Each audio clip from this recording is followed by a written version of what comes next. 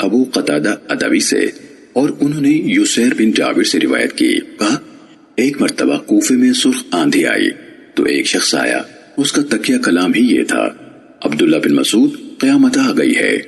وہ یعنی عبداللہ بن مسعود رضی اللہ تعالیٰ عنہ ٹیک لگائے ہوئے تھے۔ یہ بات سنتے ہی اٹھ کر بیٹھ گئے، پھر کہنے لگے قیامت نہیں آئے گی، یہاں تک کہ نہ میراث کی تقسیم ہوگی نہ غنیمت حاصل ہونے کی خوشی۔ پھر انہوں نے اس طرح ہاتھ سے اشارہ کیا اور اس کا رخ شام کی طرف کیا اور کہا دشمن یعنی غیر مسلم اہل اسلام کے خلاف اکٹھے ہو جائیں گے اور اہل اسلام ان کے مقابلے کے لیے اکٹھے ہو جائیں گے۔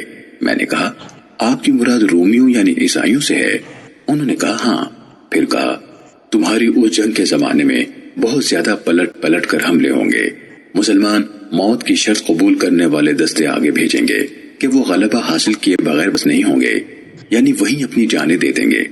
پھر وہ سب جنگ کریں گے حتیٰ کہ رات درمیان میں حائل ہو جائے گی، یہ لوگ بھی واپس ہو جائیں گے اور وہ بھی، دونوں میں سے کسی کو غلبہ حاصل نہیں ہوگا اور موت کی شرط پر جانے والے سب ختم ہو جائیں گے۔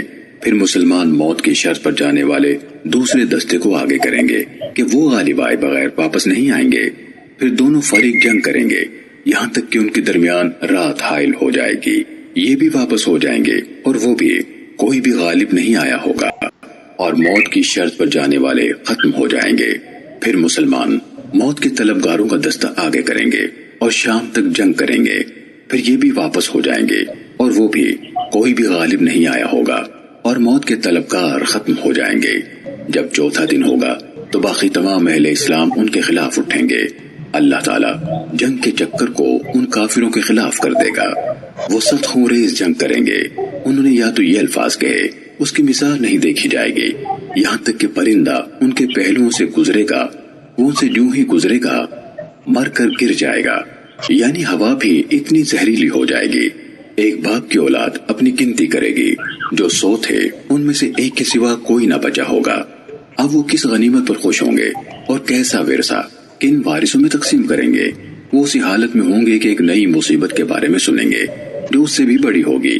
ان تک یہ زوردار پکار پہنچے گی کہ دجال ان کے پیچھے ان کے بال بچوں تک پہنچ گیا ہے، ان کے ہاتھوں میں جو ہوگا سب کچھ پھینک دیں گے اور تیزی سے آئیں گے اور 10 جاسوس شہسوار آگے بھیجیں گے۔